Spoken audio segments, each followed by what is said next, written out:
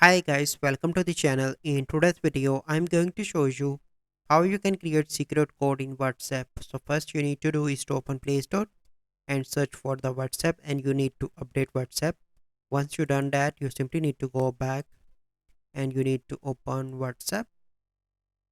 So once you open WhatsApp, you can see on the top lock chats, click on that and you can use your fingerprint, and so I'm going to use my pattern. So here is my lock chat. So you simply need to hold that and click on three dots, and here you can see an option to add the secret code. Currently this option is not available in my country, so this feature is rolling out soon to all the peoples, but currently I am not having this, so I am unable to do that. But if you have option, you can add secret code by clicking on that option from here. So let me know in the comment section if you have this feature or not. So I hope you find this video helpful. If you find this video helpful, must like this video, subscribe to our YouTube channel for future videos. We'll see you in the next video. Thank you. Have a good day.